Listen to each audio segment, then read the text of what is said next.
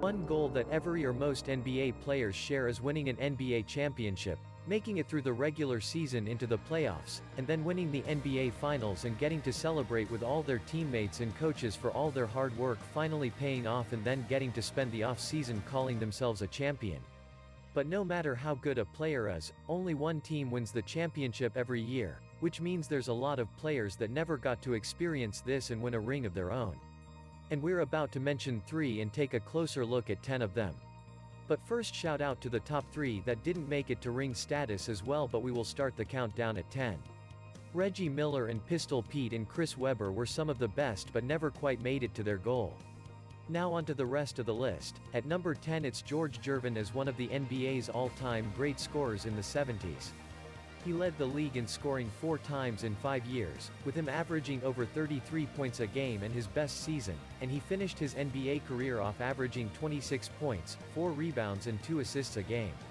He started his entire career out in the American Basketball Association on the San Antonio Spurs, and eventually he ended up in the NBA when the American Basketball Association to NBA merger happened, and he made the NBA All-Star Game 9 times out of his 10 years in the league, even though he could never lead his team to an NBA Finals appearance. Number 9, Tracy the Gravy McGrady is one of the greatest shooting guards the NBA has ever seen. And he had one of the most complete overall games that we've ever seen from a shooting guard. And his best season he averaged 32 points, 6 rebounds and 5 assists a game. Who was a 7-time All-Star, a 2-time scoring champion and a 2-time member of the All-NBA First Team. Tracy the Gravy McGrady was such a great player on the court. His career goes to show that not everyone can have the perfect career. He was one of the league's top players, but he never made it past the second round in the playoffs except for on the Spurs, which doesn't count. And his time as a top player was really cut short because of all those injuries. Who was in his prime in Orlando, but he never had a good team to help him out in the playoffs. So it was only real chance at a deep run in the playoffs was with his time in Houston when he was teamed up with Yao Ming. And that was a great team and all, but we're talking about 2 of the greatest careers ended and really affected by injuries. At least one of those guys was always injured at some point. So things never really worked out, leaving Tracy to being one of the greatest players to never win a championship or make it out of the second round of playoffs. Number 8, Dominique Wilkins. Dominique will always be known for his insane in-game dunks and his dunk contest battles with Michael Jordan. But he was still a lot more than that. He's still to this day. The Hawks' all-time leading scorer was a 9-time All-Star and a scoring champion. He averaged 30 points a game twice in his career, but being a guy that played in the Eastern Conference in the 80s and 90s. His great scoring ability and his highlight dunks weren't ever enough to help him pass the 80 Celtics or the 90s battles. He's still a Hall of Famer, but he never made it past the second round in the playoffs, which is why he landed number 8 on this list. Number 7, Patrick Ewing. Ewing is definitely one of the all-time NBA greats and one of the best centers in league history. And it started when he was taken first overall in the 1985 NBA draft. But like Dominique Ewing was a guy that was a victim of having some of his best years during the Michael Jordan era. He helped lead the Knicks to the best record in the East one of those seasons with a 60-22 record. He was a member of the Dream Team, had a season averaging 28-10 and had 9 total seasons averaging at least 20 points and 10 rebounds a game. He could never get past Jordan and the Bulls. But when Jordan retired for the first time, Patrick Ewing knew that was his chance.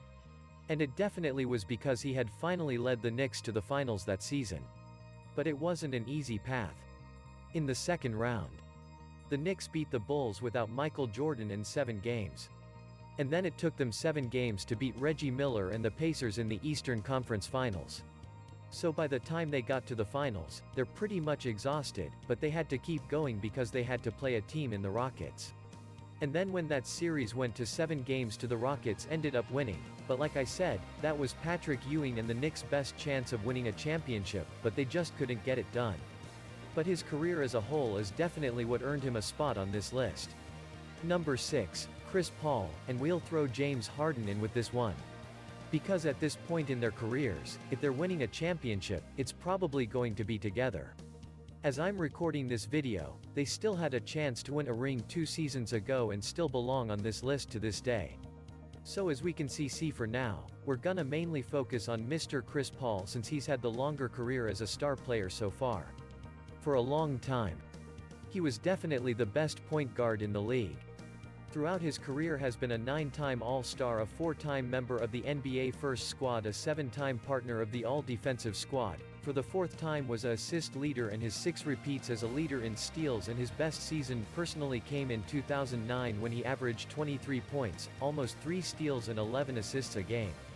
CP3 is the true definition of a point guard. He's got everything you could want out of one.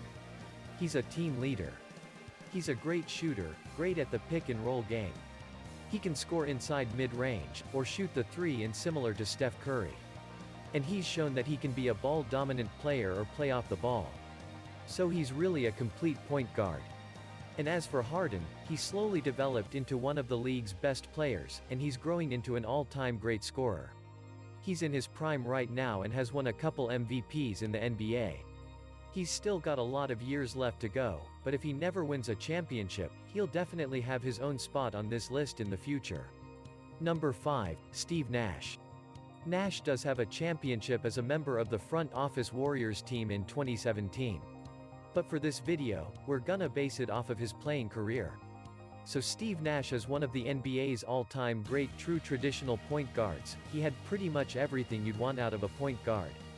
In his career, he was a 5-time assist leader, a 4-time member of the 5-0, 4-0, 9-0 club, and a 2-time MVP.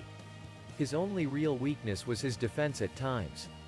In his best season, he averaged 18 points, 10 assists and 4 rebounds a game. Overall, though, his career had a slow start. He started out as a backup point guard in his first run in Phoenix. But when he got traded to the Mavs and teamed up with Dirk Nowitzki, he started to show what he could really do. But a few years later, when the Mavs weren't willing to match the Suns' offer for a new contract, he rejoined the Phoenix Suns and he was teamed up with Amari Stoudemire, Joe Johnson and Sean Marion, and this is where pretty much all of Steve's career success came. The season before he resigned, the Suns finished with a 29-53 record. But after signing Nash, they finished with the best record in the league at 62-20, which is amazing. And then 2007 was Nash's best chance at an NBA championship. Him and Amari both made the All-NBA first team that year, and they were dominant on the court together. But after the infamous moment of Robert Horry shoving Steve Nash into the commentator's desk happened that got him already suspended for Game 5, the Suns would go on to lose their momentum, lose the series, and the Spurs would go on to win the championship that year. Number 4, Allen Iverson. No man stood in AI's way throughout his career. He could cross any defender and score on any team whenever he wanted, but his biggest enemy was himself at times. His insane and Hall of Fame career just may have been tainted a bit by his own awkward issues, and only 6 feet tall. He was a league MVP that led the league in scoring 4 times, and he averaged over 31 points a game twice in his career. He truly led his team to the NBA Finals in 2010, with a group of guys that wouldn't have been anywhere near the finals without him. When they played against the defending champion Los Angeles Lakers led by Kobe and Shaq, they stood no chance and lost in 5 games. He never had the best team, but he always made the most out of it.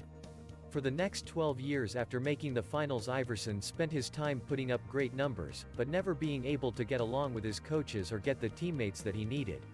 He tried to team up with Carmelo in 2006. But that never turned out as good as everyone had hoped. Number 3, Charles Barkley. Barkley was another guy that lost out on the opportunity for a championship thanks to the era of Michael Jordan and the 90s Bulls team. He was another member of the '92 Dream Team, an 11-time All-Star, and he won a league MVP in 1993. That season, he averaged 25 points, 5 assists and 12 rebounds a game. He was one of the most dominant undersized players in the history of the week. And it all started when he was taken 5th overall by the 76ers. He was teamed up with Julius Erving and Moses Malone, and they were mentors to him for the first few years of their career. So by the time that they retired, he was ready to be an all-out star. He became the leader of that Philly team, but eventually he got unhappy with management and he demanded a trade.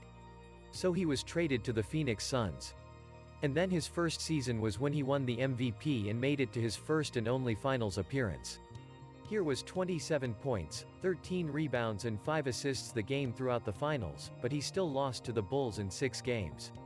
Number 2, Elgin Baylor is an underrated guy, and he's another undersized guy that mostly played all of his career in the 60s, but he's still considered to be one of the greatest players of all time. And even though he put up some incredible stats in his career, he was still never able to win a championship. He was dominant in high school and college, and he averaged 31 points a game for 3 seasons in the NCAA and led the nation in rebounding for one of them. And then by the time that he got to the NBA, he was just as dominant. The Lakers went from the worst record in the NBA that season before Elgin was drafted into the NBA Finals in his rookie season, where we averaged 25 points and 15 rebounds a game in his first 2 seasons. He changed the entire landscape of the Los Angeles Lakers. Baylor would go on to average 38 points and 18 rebounds a game in his best season in 27 and 13 for his entire career. He was a 11-time All-Star and a 10-time member of the All-NBA First Team. And incredibly enough, he led the Los Angeles Lakers to 8 NBA Finals appearances. But since he played in the era of Bill Russell, he lost every single time. And to make matters even worse, in 1972, Elgin Baylor retired close to the beginning of the season, because his knee was constantly giving him issues. In the very next game was the start of the Lakers' historic 33-game win streak, and then the Lakers would actually go on to finally win the NBA championship that year. Baylor was still given a ring, but he's not classified as an actual NBA champion. Number 1, John Stockton and Karl Malone. I had to put these two guys into number 1 because they played pretty much their entire careers together and saw all of their major success together. We can start first with Karl Malone. Malone's got one of the greatest, most consistent careers in NBA history. He's the second all-time scorer in league history. And that's because he played a 95% of the games in his 19-year career. He played in at least 80 games in 17 of those seasons, and averaged 25 points a game for his career in the regular season and in the playoffs. He is another member of the '92 Dream Team, a 2-time MVP, a 14-time NBA All-Star and then an 11-time member of the All-NBA First Team, and a lot of his success can be thanks to John Stockton, who was almost just as consistent as Malone. He didn't always play at as high of a level as Karl, but he played in all 82 games 16 times in his 19-season career. His best season he averaged 17 points and an MPA record 14.5 assists the game, and then he finished his career out averaging a double-double with 13 points and 10 assists the game, putting him as the all-time assist leader with 15,000 assists. That's 3,000 more than Jason Kidd in second place, and 7,000 more than the highest-ranked current NBA player in Chris Paul. He was a 10-time All-Star, a 9-time assist leader and a 2-time leader in steals. So together these two guys were one of the most dominant duos in NBA history. They had a historic pick-and-roll game that was truly unstoppable. They led the Jazz to the playoffs every single year that they played together. In their best seasons were the 97 and 98 seasons. They finished the 97th season with a 64-18 record but lost Jordan and the Bulls in the NBA Finals. And then the next season they finished 62-20 but again lost to the Bulls and Michael Jordan last season. They were one of the top 2 or 3 duels in NBA history, but they just couldn't get past Michael Jordan and the Bulls like a few of the other guys on this list. If you have a suggestion for us to do a top 13's list, contact us at www.liveconcierge.com, and please make sure to like and subscribe as well as hit the notification bell. Thanks for watching.